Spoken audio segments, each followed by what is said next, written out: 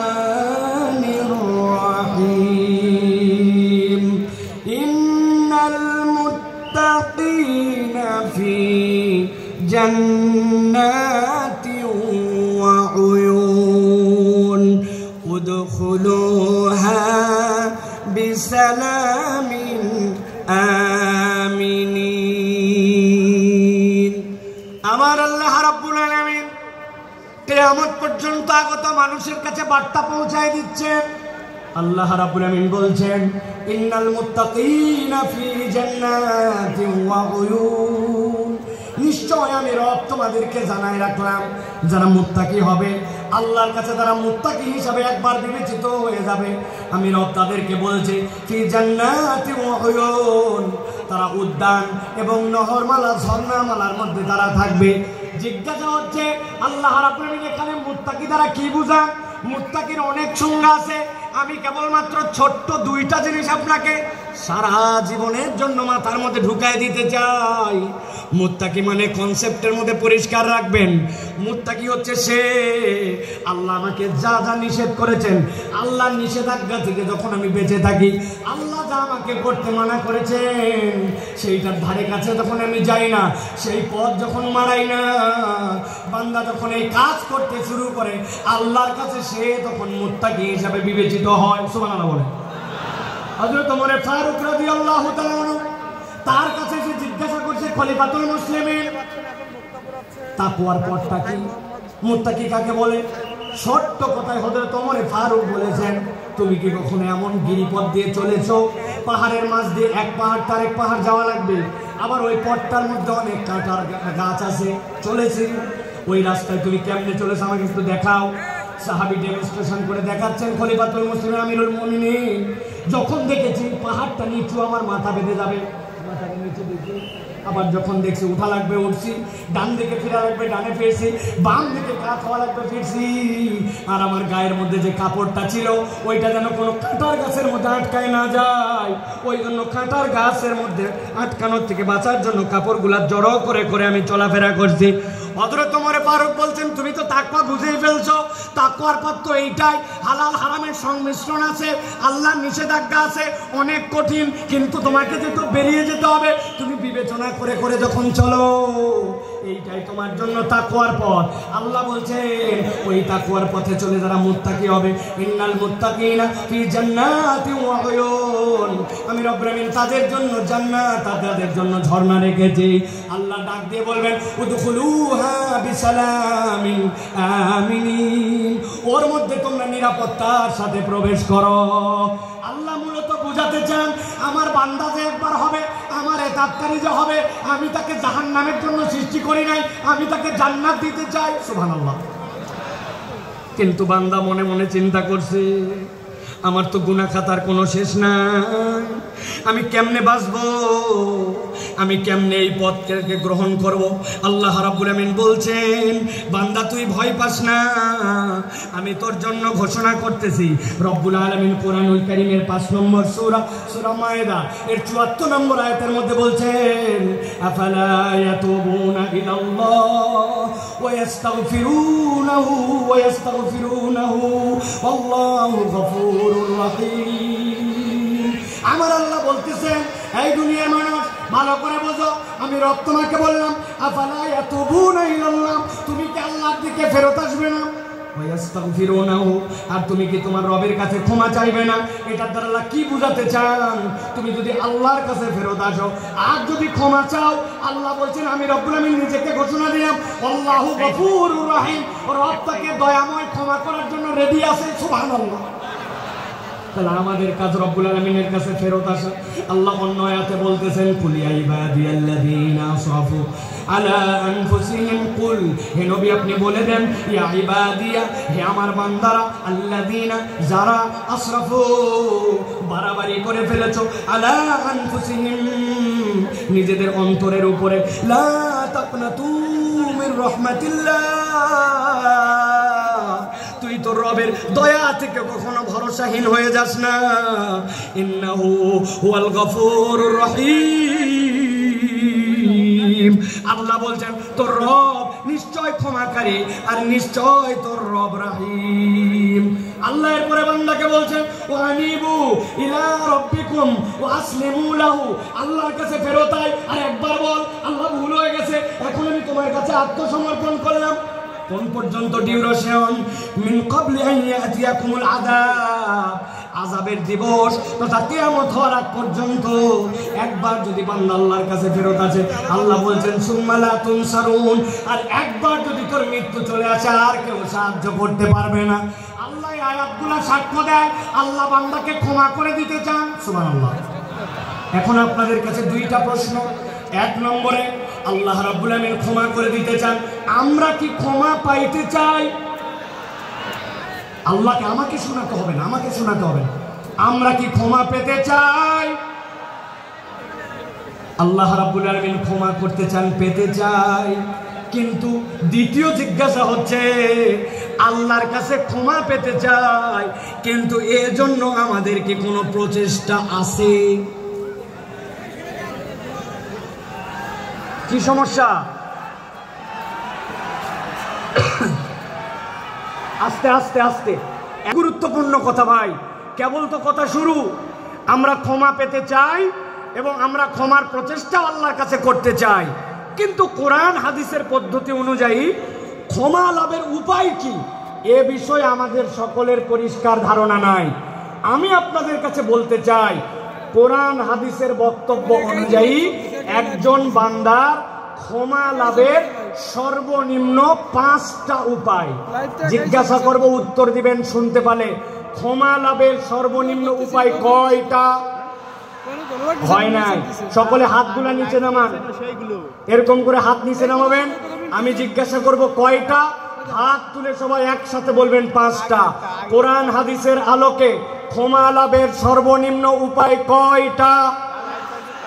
সব হাত ওঠে নাই, আমি দেখতে পাইছি। আরেকবার চান্স দিব, হাত নামান। ক্ষমা লাভের সর্বনিম্ন উপায় কয়টা? আলহামদুলিল্লাহ। এই 5টা কথা শুনবো, আমার বক্তব্য শেষ হবে, এশার আজান হবে ইনশাআল্লাহ।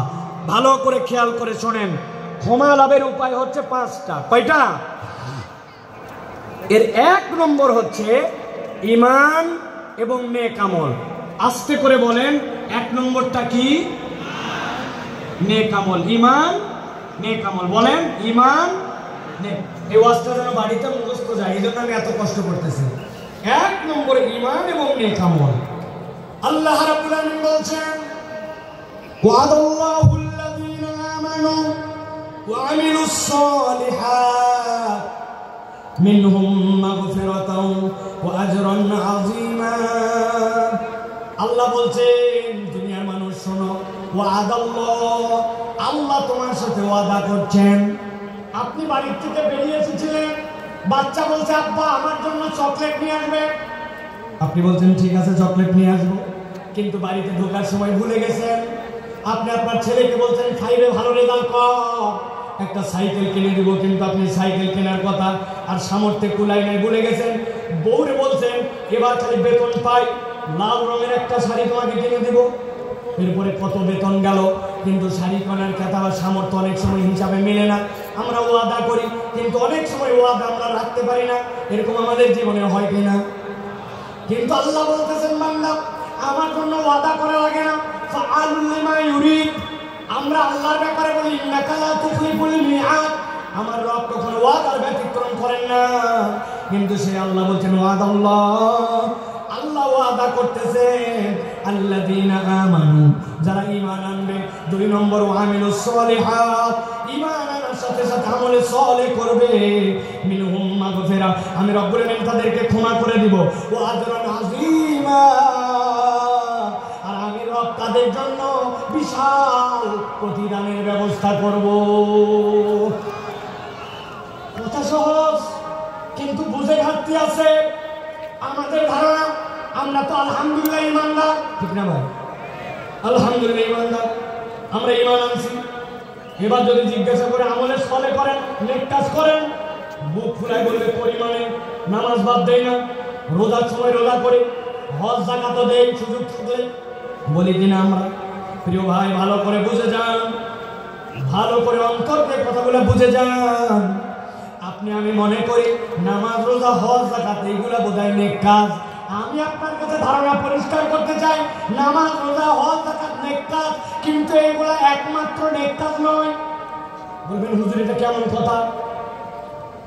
একটা ছেলে স্কুলে ভর্তি হয়েছে, ওই স্কুলের ইউনিফর্ম আছে, ড্রেস, ওই স্কুলে 70% উপস্থিতি লাগে, ওই স্কুলে প্রথম সময় পরীক্ষা দেওয়া লাগে, দ্বিতীয় সময় দেওয়া লাগে, ফাইনাল লাগে, পাস মার্কের জন্য 33 লাগে। এইটা যদি না হয় তাহলে ওই ছেলেকে ওই স্কুলের মধ্যে রাখে না। এটা যদি স্কুলের নিয়ম হয়, তাহলে আপনি যদি ইসলামকে একটা স্কুল মনে করেন, ইনস্টিটিউট মনে করেন, নবীজি বলছেন বুনিয়াল ইসলাম আলা খামসিন, ইসলামের একটা বেসিক আছে, যেই 5টা কাজের না থাকলে ইসলামের আর ভিত্তি থাকে না।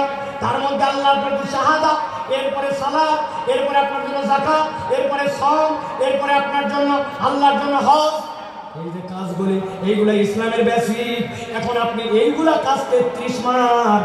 এখন কোন বান্দা যদি বলে এইগুলাই করি মানে আমি ভালো কাজই করি, এর বাইরে ভালো কাজ নাই, আপনার বুঝের মধ্যে ভুল আছে। এইটা ভালো কাজ, তবে এটা 33 মার্কের কাজ। এইটা না করলে আপনি মুসলমানই থাকেন না, ঠিক না?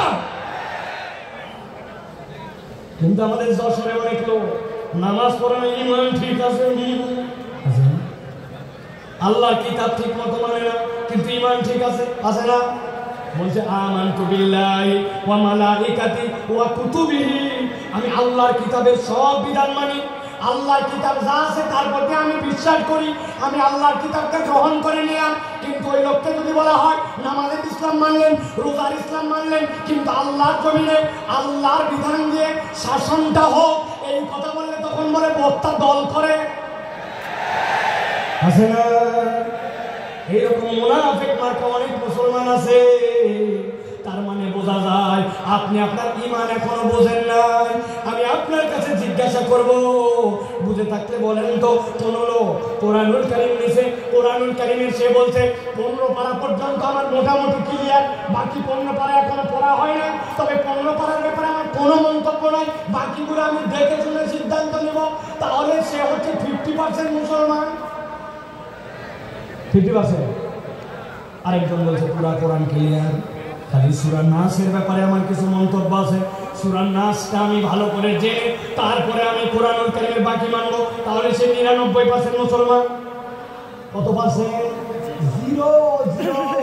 কোরআনের একটা অক্ষর যদি আপনি অস্বীকার করেন, আপনি 0% মুসলমান, ঠিক না? আপনি না বলছিলেন আমানতু বিল্লাহি ওয়া মালাইকাতি ওয়া কুতুবি, আমি আল্লাহর প্রতি মানি, রাসূলের প্রতি, কিতাবের মধ্যে যা কিছু আছে সবগুলোর উপর, তাহলে আপনার কি মানা হয়েছে? কথা বললেন না, হয়েছে? বাঁচার উপায় কি? আমি একটা বাঁচার উপায় বের করছি, যদি আপনারা জানতে চান তাহলে বলে দিব, বলবো, তবে শর্ত আছে, ফিরি বলা যাবে না। যাওয়ার আগে আমার সাথে দেখা করে 50 টাকা করে হাদিয়া দেওয়া লাগবে। রাজি আপনারা? হুজুর খুচরা টাকা নেয়, এটা গাড়ি ভাড়া খালি দিতে পারবো না, এগুলো বললে হবে না। কয় টাকা বলবো? দেখেন, পছন্দ হলে টাকা দিয়ে, না হলে দিয়ে না। এখন থেকে আমরা সিস্টেম করে আল্লাহর কাছে আগেই বলে যাব, আমরা এখন থেকে কালেমাটা একটু সিস্টেম করে বলবো আমানতু বিল্লাহি ওয়া মালাইকাতিহি ওয়া কিছু কুতুবি, অথবা বলবো আমানতু বিল্লাহি ওয়া মালাইকাতিহি ওয়া যদ্দুর বুঝি তদ্দুর কুতুবি। এই তো ফেরেশতাদের খবরে করছে, ধরা করে বলছে আমি আগেই বলে আসছি। আমি আদিনের মাহফিলে বলছিলাম যদ্দুর বুঝি তদ্দুর কুতুবি, আন্দাজে আমার ধরলে হবে না, বাটাম কি একটা মাটিতে পড়বে। এই জন্য ভালো করে বোঝেন, ইসলামের বেসিক আপনাকে মেনে নিতে হবে, ওইটা আপনার জন্য ঈমান। তাহলে আমলে সলে কি? আল্লাহ তো ক্ষমা করতে চান, আল্লাহ রাব্বুল আলামিন আমলে সলে নবীকে দিয়ে শিখিয়ে দিয়েছেন। আপনি আপনার জীবনে কিছু নেক কাজ করতে শুরু করেন। নবীজি বলছেন লিল মুমিনি আলাল মুমিনি সিত্তু খিসাল, একজন মুমিনের জন্য আরেকজন মুমিনের নিম্নতম 6টা দায়িত্ব আছে, আপনি এগুলো পালন করেন। আপনি মসজিদে ঢুকছেন, 5 মিনিট হাতে সময় আছে, অযথাই বসবো না। 2টা রাকাত তাহিয়াতুল মসজিদ পড়ি, 2টা রাকাত দুখুলুল মসজিদ পড়ি, তারপরে বসবো। 2 রাকাত সময়, 2 মিনিট সময় আছে। সুবহানাল্লাহি ওয়া বিহামদিহি সুবহানাল্লাহিল আযীম পড়ি, ধান লাগাচ্ছি, আস্তাগফিরুল্লাহ আস্তাগফিরুল্লাহ আস্তাগফিরুল্লাহ।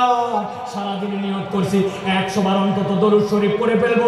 আপনি আপনার আমলগুলো যখন এরকম করে বাড়াতে শুরু করবেন, দেখা হলে সবার আগে সালাম দিব, মানুষকে মসজিদে নেওয়ার জন্য চেষ্টা করব।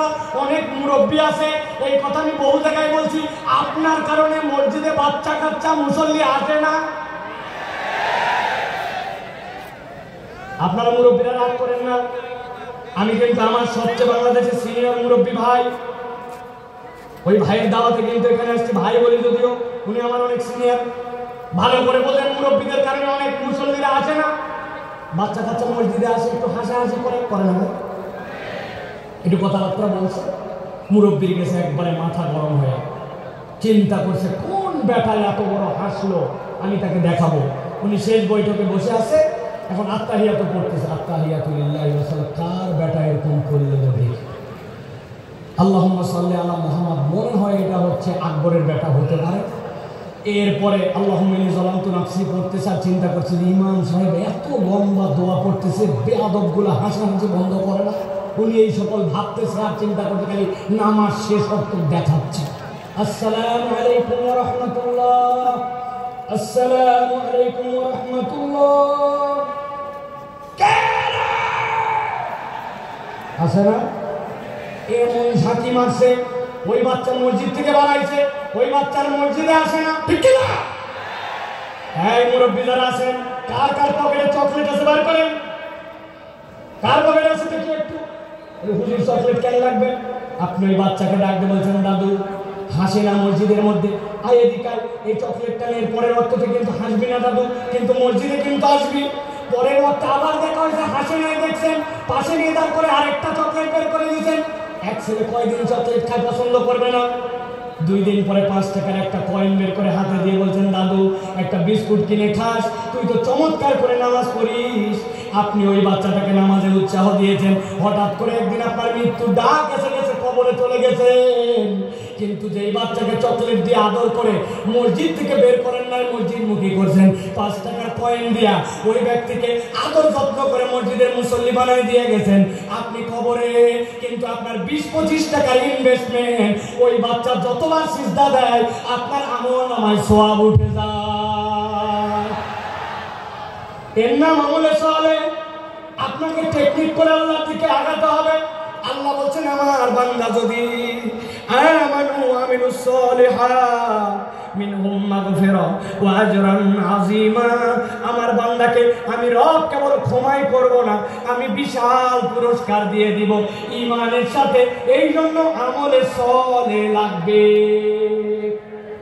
সাথে সাথে হাদিসের গবেষণায় বোঝা যায়, কোন ব্যক্তি যদি আল্লাহ রাব্বুল আলামিনের কাছে গুনাহ মাফের উদ্দেশ্যে একবার ইস্তেগফার করে, রব্বুল আলামিন তাকে আরো 3টা নিয়ামত দেন।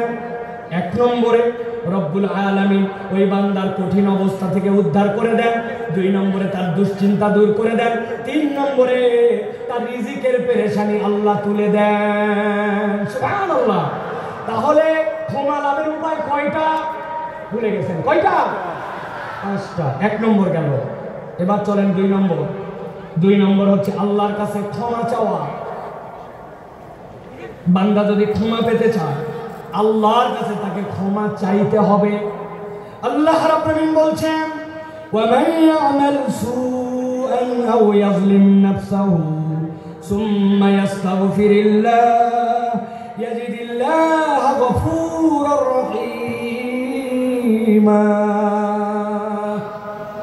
আমার আল্লাহ বলছেন, বান্দা ভালো করে বুঝো, ওয়া মান ইয়ামাল, তোমাদের মধ্যে যে করে ফেলে সুআন, কোন গুনাহ, আও ইয়াজলিম নাফসাহু, অথবা নিজের উপরে সে জুলুম করে ফেলছে, সুম্মা ইয়াস্তাগফিরিল্লাহ, এক মুহূর্ত দেরি করে না, তার রবের কাছে সে ইস্তেগফার করেছে। আল্লাহ বলছেন, কেউ যদি আল্লাহর কাছে ইস্তেগফার করে, ইয়াজিদিল্লাহ গফুরুর রহিমা, আল্লাহর কাছে ইস্তেগফার করলে আল্লাহ আমাকে সে দয়াময় ক্ষমাশীল হিসাবে পাবে। সুবহানাল্লাহ। আল্লাহ চান আমার বান্দা আমার কাছে মাপ চায়, কিন্তু ওই মাপ চাওয়াটা যেন মাথা খাটানো মাপ চাওয়া হয়, ওই মাপ চাওয়াটা যেন ঠোঁটের মাপ চাওয়া না হয়, ওই মাপ চাওয়াটা যেন স্বয়ং বেয়াদবি না হয়। অনেক সময় বাচ্চা কাচ্চাকে বাপ মা কারোর সাথে বেয়াদবি করলে বলে, বল সরি, বল সরি, বল। ওই বাচ্চা এমন ভাবে সরি বলে, সরি বলাটাও একটা বেয়াদবি, সরি এমন ভাবে বলছে। আমরা অনেক সময় আল্লাহর কাছে বেয়াদবের মতো মাপ চাই। আপনারা বুঝতে পারেন নাই আমার কথা, জন্য এই কথাটার সাথে সাড়া দেন নাই। আমরা আল্লাহর কাছে অনেক সময় বেয়াদবের মতো মাপ চাই। ঠিক বলছেন, তারা বুঝেন না। এক্সাম্পল দিয়ে বুঝাই। ইমাম সাহেব সালাম ফিরাচ্ছে, খেয়াল করেন। আসসালামু আলাইকুম ওয়া রাহমাতুল্লাহ। আসসালামু আলাইকুম ওয়া রাহমাতুল্লাহ। আছে আপনি কি বলছেন আল্লাহর কাছে? আরেকটা বুঝায়। এমপি সাহেবের কাছে গেছেন, একটা চাকরি দরকার আপনার ছেলের জন্য, সুন্দর করে যে এমপি সাহেবের কাছে বলতেছেন, মানে এমপি সাহেব আপনার কাছে আসছে, আমার ছেলের কাছে চাকরি দরকার, জরুরি তো আপনার অনেক ক্ষমতা আছে, চাকরি দরকার, মেহরবানি করে দ্রুত আমাকে চাকরি দেবেন। আসসালামু আলাইকুম। এমপি সাহেব বলছে, পাগলটা কোথেকে আসছে রে, এটা আস্থা বেয়াদব। কথা বললেন না, অত দূর গেলাম না, আমি হুজুরের কাছে আসছেন, হুজুর আমার ছেলেটা অসুস্থ, আমার ছেলেটা আপনি দোয়া করবেন না, পাগল ছাগল আমার কাছে এত দূরে এসে দোয়া চাচ্ছে। আপনি হুজুর, আপনি এমপি সাহেব, আপনি লোকের কাছে যদি এরকম করে চান, তাইলে ওই লোক আপনাকে বেয়াদব বলে। আর আল্লাহর কাছে আমার প্রয়োজন, কিন্তু আমি এমন ভাবে আল্লাহর কাছে চাই, 2টা মিনিট হাতে সময় নাই, মনোযোগ দিয়া কায় মনোবাক্যে দিল লাগায়া আল্লাহর কাছে সিজদায় করে 5 মিনিট 10 মিনিট করে কেঁদে কেঁদে আল্লাহর কাছে আমরা মাপ চাই না, অথচ আমার গুনাহ খাতার কোনো শেষ নাই। আপনাদের অবস্থা জানি না। আজকে সকাল থেকে আমার গুনাহ যদি আমার কপাল দিয়ে লেখা হতো, নিয়ম সাইনের মতো, স্টেজে উঠতে দিত না। অনেক মুরব্বী মানুষ মনে করছে বোধহয় মুরব্বীর দাড়ি পেকে গেছে, গুনাহ নাই। একটা মহিলা তার সামনে দিয়ে চলে গেছে, অন্তরের মধ্যে এমন কথা উদয় হয়েছে, ওইটা যদি বাহিরের মানুষ জানতো, দাড়িওয়ালার আর ইজ্জত থাকতো না। জানা গুনাহ, অজানা গুনাহ, ভুলে যাওয়া গুনাহ, আমার আপনার আমল নামায় গুনার কোনো শেষ নাই। কিন্তু আল্লাহর কাছে কায় মনোবাক্যে দিল দিয়ে 5 মিনিট চাওয়ার মতো সময় নাই, ঠিক না? এই জন্য বলছি, আমি এমনি এমনি বলি না যে আল্লাহর কাছে বেয়াদবের মতো চাওয়া যাবে না। ক্ষমা চাওয়া মানে কি করে আস্তাগফিরুল্লাহ আস্তাগফিরুল্লাহ আস্তাগফিরুল্লাহ, এটা নয়। আপনি দিল থেকে অনুতপ্ত হয়ে আল্লাহর কাছে চাওয়ার মতো যদি চান, আমি মাঝে মাঝে বলি, আপনাদের কাছেও বলি, ও ভাই আপনার নামাজটাকে একটু সুন্দর বানান। আমি নামাজ সুন্দর বানানোর জন্য একটা শুধু পরামর্শ দেই, আজকের থেকে শপথ নেন, আপনার জামাত ছাড়া ব্যক্তিগত যত সুন্নত নফল আমি 7 তাসবির নিচে রুকু সিজদা আর দিব না। রাজি?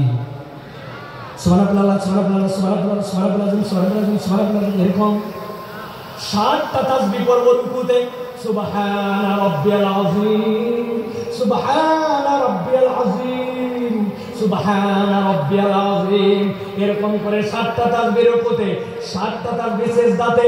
আমার নফল ব্যক্তিগত নামাজ আজকের থেকে 7টা তাসবিহ নিচে হবে না। রাজি আছেন ইনশাআল্লাহ? হঠাৎ করে উঠে গেছি 3 বার পরে, রেগুলার অভ্যাস, আবার টাইট করছি পরের রাকাত থেকে, না আমি তো 7 তাসবিহ নিচে উঠবো না। আমি আল্লাহর কসম করে বলতেছি, আপনার নামাজের 50% সুন্দর হয়ে যাবে। তাহলে 2 নম্বর আল্লাহর কাছে ক্ষমা চাওয়া, 3 নম্বরে আল্লাহর কাছে তওবা করা। বলেন 3 নম্বর তওবা করা। বলেন, অনেকে বলবেন হুজুর ইস্তেগফার আর তওবার মধ্যে কি পার্থক্য? একটু আগেই তো বলেন ইস্তেগফারের কথা, ক্ষমা চাওয়ার কথা, তাহলে তওবার মধ্যে পার্থক্য কি? তওবার রকম আছে 4টা, দীর্ঘ আলোচনা সেদিকে যাব না, কিন্তু তওবার মানে তো ভালো করে বোঝেন। আল্লাহ কোরআনে বলেছেন, তুবু ইলাল্লাহি তাওবাতান নাসুহা, তোমরা আল্লাহর কাছে তওবা করো, তওবাটা যেন নাসুহা হয়। কি হয় নাসুহা মানে কি? আরবিতে নাসুহা শব্দটার উৎপত্তি স্থল 2টা, হয় নাসাহাতুন বা নাসাহাতুন। পেটের মধ্যে বাচ্চা, শাশুড়ি মা চিন্তা করছে আমার মেয়ের ডেলিভারি হবে, বাচ্চা কাচ্চার জন্য কাঁথা সেলাই করা লাগবে, এই ছিঁড়া লুঙ্গি, এই চাদর, অমুক কাপড়, এইগুলা জোড়া দিয়ে দিয়ে কাঁথা বানায়, ঠিক কিনা?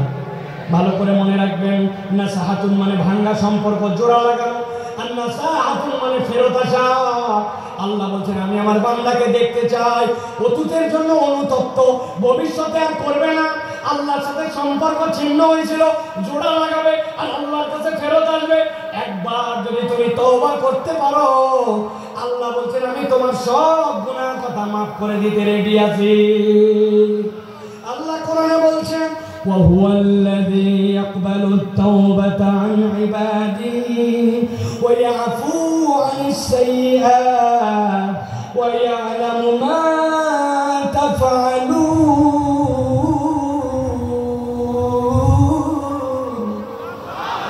আল্লাহ বলছেন وهو الذي يقبل التوبة, তিনি তো সেই রব যিনি তওবা কবুল করেন আন ইবাদিহি, তার বান্দা এগুলা। আল্লাহ বলছেন ওই আফু আনিস সাইয়্যাত, আর তিনি তো তার দোষ ত্রুটিগুলা ক্ষমা করে দেন। ওই আলামু মা তাফালুন। যুবক রে, মোবাইলে এমবি কিনে রাত্রে কি দেখেছো? বাইরে জুব্বা টুপি লাগায় ঘুরছো, মানুষ বলছে, কিন্তু নামাজের অবস্থা কি ছিল, আমলের অবস্থা কি ছিল, ভিতরের অবস্থা ছিল কেউ জানে না। আল্লাহ বলছেন মৃত্যুর খাটলি সকলের কাছে লেগে যাবে, কিন্তু আল্লাহ সব জানেন। আল্লাহ চান আমার বান্দাকে আমি ক্ষমা করে দেই। এই জন্য আল্লাহ বলছেন বান্দা যেন আল্লাহর সাথে ভাঙা সম্পর্ক জোড়া লাগায়, আর আল্লাহর কাছে যেন বান্দা ফেরত আসে।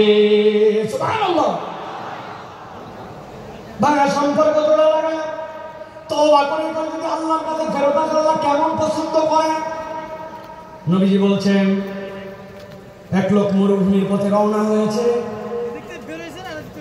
উটের পিঠের মধ্যে তার খাবার, 7 দিনের রাস্তা ধরেন, অর্ধেক পেরিয়েছে।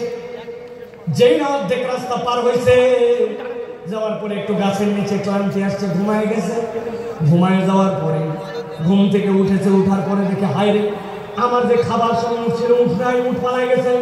মরুভূমিতে যদি কারো উঠ পালায়, ওই উঠ আর ফেরত আসে নয়। বান্দা জানে সামনে 3 দিন যে আগাবে, এই তার ক্ষমতা নয়। মরুভূমি যে গরম, একদিনে শেষ হয়ে যাবে, পিছনে যে বাড়িতে ব্যাক করবে সেই সুযোগ নাই।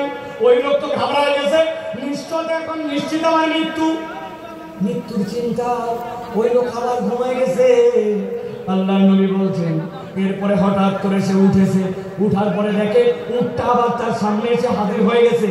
ওই উঠার পালায় যায় নাই, খাদ্য নিয়ে তার সামনে দাঁড়ায় উত্তেজিত হয়ে সে বলছে, আয় আল্লাহ, আপনি আমার গোলাম আর আপনি আপনার মাবুদ।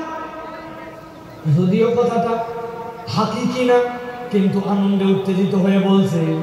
আসলে বলার কথা আল্লাহ আপনি আমার মাবুদ আর আমি গোলাম, কিন্তু উত্তেজনার কথা ঘুরে গেছে।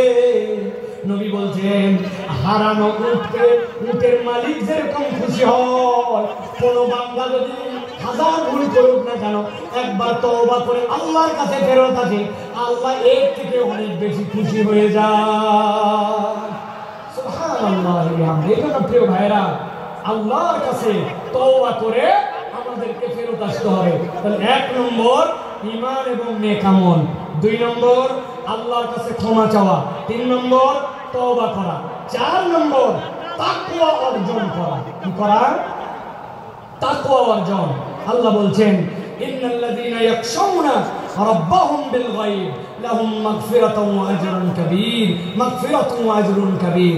আল্লাহ বলছেন যারা আল্লাহকে ভয় করে, আল্লাহকে ভয় করে চলে, আল্লাহ ভয় করাটাই অটোমেটিক রব্বুল আলামিন বলছেন তার ক্ষমা প্রাপ্তির কারণ হয়। সুবহানাল্লাহ।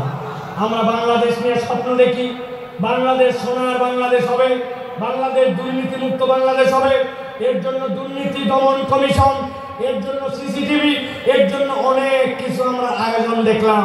কিন্তু জিজ্ঞাসা করতে চাই, এত আয়োজন করেও বাংলাদেশকে কি দুর্নীতি মুক্ত করা গেছে? দুর্নীতি মুক্ত তো হয় নাই, আরো দুর্নীতি বেড়েছে। আমি মজা করে বলি, দুর্নীতি দমন কমিশন একটা স্টেপ নিয়েছে, দুর্নীতিকে না বলুন।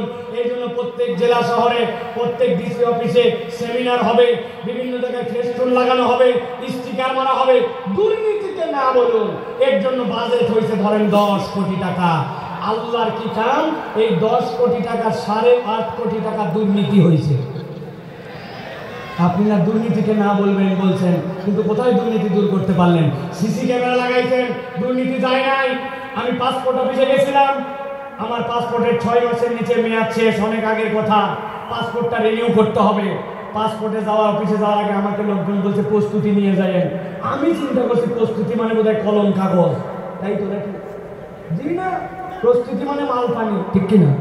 আমি এইগুলা নিয়ে গেছি।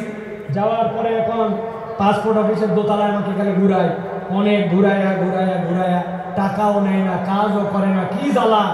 অনেকক্ষণ পরে বলছে নিচে চলেন। দোতলার থেকে যখন আমাকে নিচে নিয়ে আসছে, নিচে আনার সময় একটা সিঁড়ি, মধ্যে একটা ল্যান্ডিং, এরপর আরেকটা সিঁড়ি, এক ধাপ সিঁড়ি পার করে মধ্যে যে জায়গা, ওই জায়গায় দাঁড় করায় বলছে টাকা ছাড়ে না। আমি বললাম ভাই, তোমাকে এই টাকা দেওয়ার জন্য তো বহুতক্ষণ ধরে আমি ঘুরি, তুমি এতক্ষণ ঘুরে এই জায়গায় আমি কেন টাকা চাও? বলে হুজুর তাহলে শোনেন, এই বিল্ডিংটি পুরাটা সিসি ক্যামেরা নিয়ন্ত্রিত। আমরা মনিটরে চেক করে দেখছি, পুরা বিল্ডিং এর সব জায়গাটা ভিডিওতে আসে, খালি এই জায়গাটা ধরে না। তো যেই জায়গাটা ধরে না, ওই জায়গায় উনি টাকা খায়। তাহলে দুর্নীতি দূর করতে চান আর দেশকে সোনার বাংলা বানাতে চান, কখনো এটা সম্ভব নয় যদি না মানুষের দিলকে আল্লাহর ভয়ে ভীত করে একটা উন্নত চরিত্রের প্রজন্ম তৈরি করা না যায়, শিক্ষা সংস্কার করা যদি না যায়, এই প্রজন্মকে কখনো মানুষের মতো মানুষ এই বাংলাদেশকে সোনার বাংলাদেশ বানানো সম্ভব নয়। কিন্তু আমরা দেখেছি আমাদের শিক্ষা ব্যবস্থায় গাফলতি, নানান জায়গায় গাফলতি। এইগুলো আসলে কার কাছে আমরা বলবো আর কে যেন কথা শুনবে, এইরকম একটা অবস্থা হয়ে যাচ্ছে। এই জন্য আমরা স্পষ্ট কণ্ঠে বলতে চাই, বাংলাদেশকে যারা সোনার বাংলাদেশ বানাতে চান, আপনাদেরকে কোরআন হাদিসের শিক্ষায় এই জনগোষ্ঠীকে শিক্ষিত করতে হবে, এর কোনো বিকল্প নাই, ঠিক কিনা? আল্লাহ রাব্বুল আলামিন সর্বশেষ বলছেন 5 নম্বরে তোমাদের জন্য, যারা ক্ষমা পেতে চাও তোমাদের উপায়টা হচ্ছে 5 নম্বরে। 1 নম্বর ঈমান ও নেক আমল, 2 নম্বর আল্লাহর কাছে ক্ষমা চাওয়া, 3 নম্বর তওবা, 4 নম্বর তাকওয়া অর্জন, 5 নম্বর আল্লাহর জন্য দান খয়রাত করা। কি করা বলেন না, কি করা? আমরা কৃপণের কৃপণ হয়ে গেছি, আমাদের হাত খোলে না। আপনাদের এলাকায় খবর নিয়ে দেখবেন, মসজিদে আপনাদের জুমার দিনে মুসল্লি 200 জন, প্রত্যেকটা মুসল্লি যদি 20 টাকা করে দেয়, মসজিদে 4000 টাকা হয়। 4 জুমা মিলাইয়া মসজিদে একটা ভালো ফান্ডিং হয়ে যায় 20,000 টাকার। মসজিদটার ওদিকে তাকাতে হয় না, কিন্তু আমাদের মুসল্লিদের অবস্থা এমন, মসজিদে সেরা টাকা দেয়, একটা টাকা পকেটের থেকে বের হয় না। আপনি যদি ক্ষমা পেতে চান, আপনাকে দান খয়রাত করতে হবে। দান খয়রাত না করলে ক্ষমা পাওয়া যায় না। দান খয়রাত ক্ষমা প্রাপ্তির মাধ্যম। আমি ছোট্ট 2টা হাদিস বলে শেষ করে দিব। এক মহিলা নবীজির কাছে আসলো, আসার পরে নবীজির জন্য একটা বুর্দা নিয়ে আসলো। বুর্দা মানে এমন একটা চাদর, পাশ দিয়ে ঝালর লাগানো। মহিলাটা ইয়ামেন থেকে সেই চাদর নিয়ে আসছে। সাহাবীরা বলছে নবী সাল্লাল্লাহু আলাইহি ওয়াসাল্লামের কাছে আসে যখন বললো হাদা হাদিয়াতুল লাকা ইয়া রাসূলুল্লাহ, নবীজি এমন ভাবে হাত পেতে ওইটা নিলেন যেন কতই না তার প্রয়োজন, সম্মান জানায় নবীজি নিলেন। নেওয়ার পরে নবীজি গায়ে দিলেন। সাহাবায়ে কেরাম বলছে নবীজির গায়ে এত সুন্দর লাগছিল, এত সুন্দর ড্রেসে আমরা নবীকে খুব কমই দেখেছি। হঠাৎ করে একজন সাহাবী বলে ইয়া রাসূলুল্লাহ, আপনার চাদরটা আমাকে দেন। নবীজির সাথে সাথে উঠে বাড়ির মধ্যে চলে গেলেন। সাহাবীরা বুঝলেন নবীজি পুরাতন চাদর পরে নতুন চাদরটা সাহাবীকে দিয়ে দিবেন। সাহাবায়ে কেরাম ওই সাহাবীকে বললেন তুমি এই কাজ করলে কেন? নবীজি দেখলেন না কত সুন্দর লাগতেছিল, কত আগ্রহ করে নিলেন, তুমি কেন এখন চাইলে? ওই সাহাবী বলতেছেন আমার সাহাবীরা, চাদরের যে খুব বেশি আমার দরকার তাও না, কিন্তু আমি চেয়েছি নবীজি চাদরটা গায়ে দিয়েছেন, আর কেউ গায়ে দেয় না, ওই চাদরটা দিয়ে যেন আমার দাফন কাফন হয়, এই জন্য আমি চাদরটা চাইছি। ঠিক ঠিক নবীজি বাড়ির থেকে বের হয়েছে, তার হাতে চাদরটা তুলে দিলেন। আল্লাহ নবীর কাছে কেউ চেয়েছে আর ফেরত দিয়েছে এরকম কোনো প্রমাণ নাই। এক মহিলা নবীজির জন্য কয়টা খেজুর আর একটা শশা নিয়ে আসছে। যাদের শরীরে এনার্জি পায় না, শরীর ভালো হয় না, পেটের অসুবিধা নানান কিছু, আপনি শশার খেজুর মিলায় খাবেন, আল্লাহ চাইলে আপনার শরীরকে আল্লাহ চাঙ্গা বানাই দিবেন। নবীজি পছন্দ করতেন, ওই মহিলা নিয়ে আসছে এটা, নবীজি এক বাটির খেজুর ঢেলে শশাটা ঢেলে নিয়ে নবীর কাছে যতগুলা স্বর্ণা নৌকা ছিল সবগুলা তুলে বাটির মধ্যে ভরছেন, ভরে তার কাছে তুলে দিচ্ছেন। ওই মহিলা তো ঘাবড়ায় গেছে, ওই খেজুর আর শশার বিনিময়ে আল্লাহ নবী এত কিছু দিয়ে দিলেন। নবীজি সর্বোচ্চটা দেখাই দিয়ে গেছেন, উম্মতের কাছ থেকে কেউ যেন ফেরত না যায়। সুবহানাল্লাহ। অতএব আপনি যদি আল্লাহর কাছে ক্ষমা পেতে চান, দান খয়রাত আপনাকে বাড়াতে হবে। হযরত আলী কাররামাল্লাহু ওয়াজহাহু তার অভ্যাস ছিল, তিনি যদি আল্লাহর কাছে ইস্তেগফার তওবা করতেন, যতবার তওবা করতেন ততবার সাদাকা করতেন। নিয়ত করতে ফজরের নামাজ আর বাদ দিব না, কিন্তু বাদ হয়ে গেছে, তওবা করছে আল্লাহ আগামী কালকে থেকে ঠিক করব, কিন্তু 100 টাকা পানিশমেন্ট দিয়ে দিয়েছি। আল্লাহর কাছে বলছে আর মিথ্যা কথা বলবো না, আবার ফট করে একটা মিথ্যা বের হয়ে গেছে। নিয়ত করছি 2 রাকাত নামাজ পড়বো আর 100 টাকা দান খয়রাত করব, তওবাও করছি সাদাকাও করছি।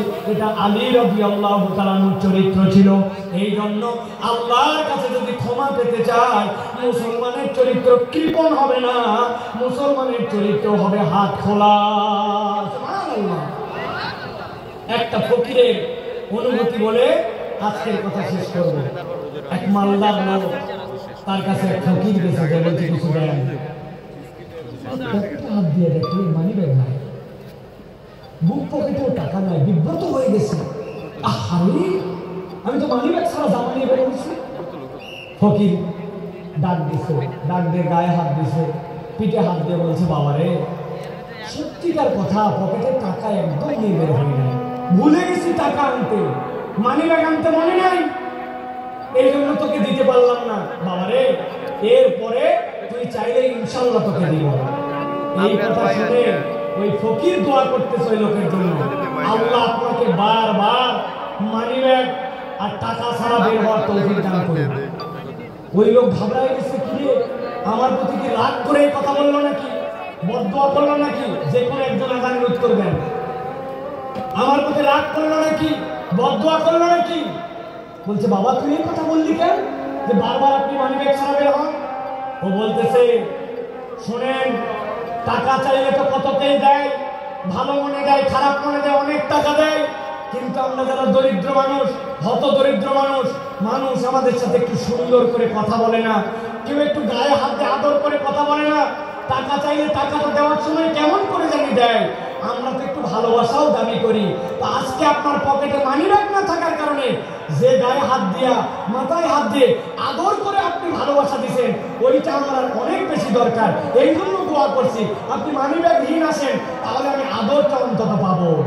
বুঝেন, সব সময় সব অভাবী মিসকিন কেবলমাত্র আপনার কাছে টাকা পয়সার ডিমান্ড করে না, ভালোবাসা চায়, সুন্দর কথা চায়, আদর চায়, স্নেহ চায়, এটাও আল্লাহর পক্ষ থেকে বড় একটা দান হিসেবে বিবেচিত হবে।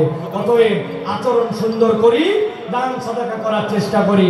ক্ষমা প্রাপ্তির এই 4টা গুণ, আর প্রথমে আপনাদের কাছে বলেছি আল্লাহর কাছে ক্ষমা প্রাপ্তির তালিকায় ওঠার জন্য, হেদায়েতের রাস্তা পাওয়ার জন্য 2টা সিঁড়ি, এই 2টার সমন্বয় করে যদি আমরা চলি, মৃত্যু আর জান্নাতের মধ্যে আমাদের কোনো বাধা থাকবে না ইনশাআল্লাহ। আমরা তাহলে আল্লাহর কাছে এই কথাগুলি অনুযায়ী আমল করার চেষ্টা করব তো ইনশাআল্লাহ। ইনশাআল্লাহ আল্লাহ কবুল করুন। আল্লাহুম্মা আমিন। হাযা মা ইনদি ওয়াল ইলমু ইনদাল্লাহ। সুবহানাকাল্লাহুম্মা বিহামদিকা আশহাদু আল লা ইলাহা ইল্লা আনতা আস্তাগফিরুকা ওয়া আতুবু ইলাইক। ওয়াসসালামু আলাইকুম ওয়া রাহমাতুল্লাহি ওয়া বারাকাতুহু।